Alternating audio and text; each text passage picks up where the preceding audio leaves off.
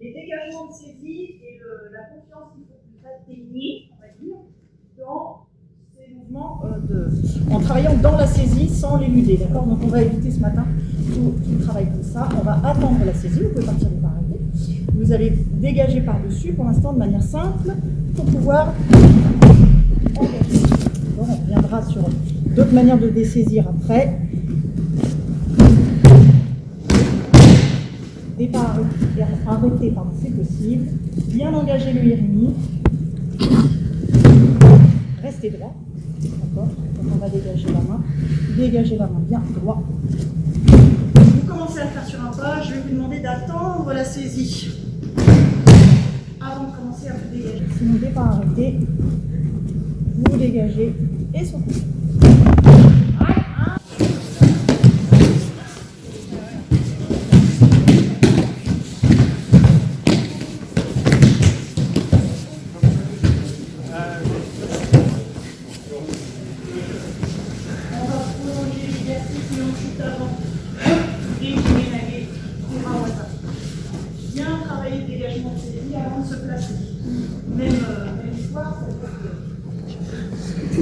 On n'essaye pas d'éluder le mouvement, on attend la saisie. Progressivement, on va avancer en même temps. Il ne faut pas être toujours bien arrêté, mais il faut bien faire votre changement de main. En fait, il faut que votre placement vous serve à dégager la main.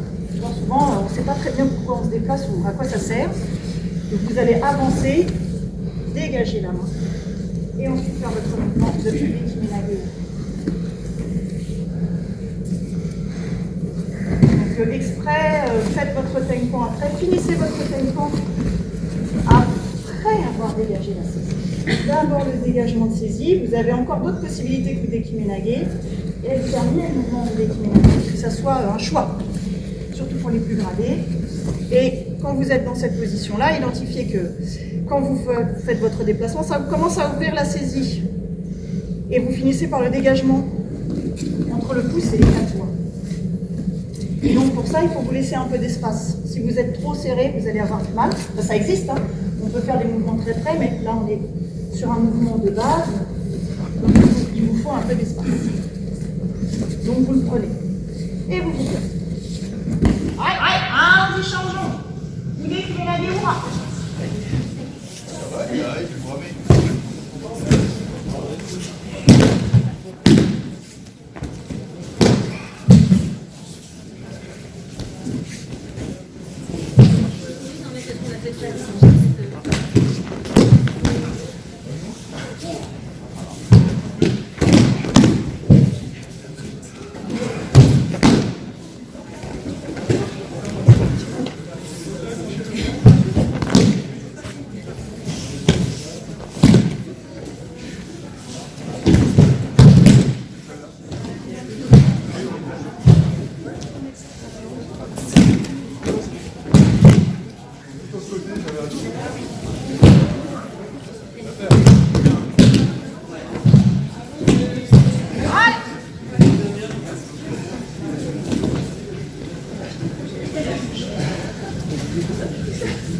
Alors, restons sur catathélorie.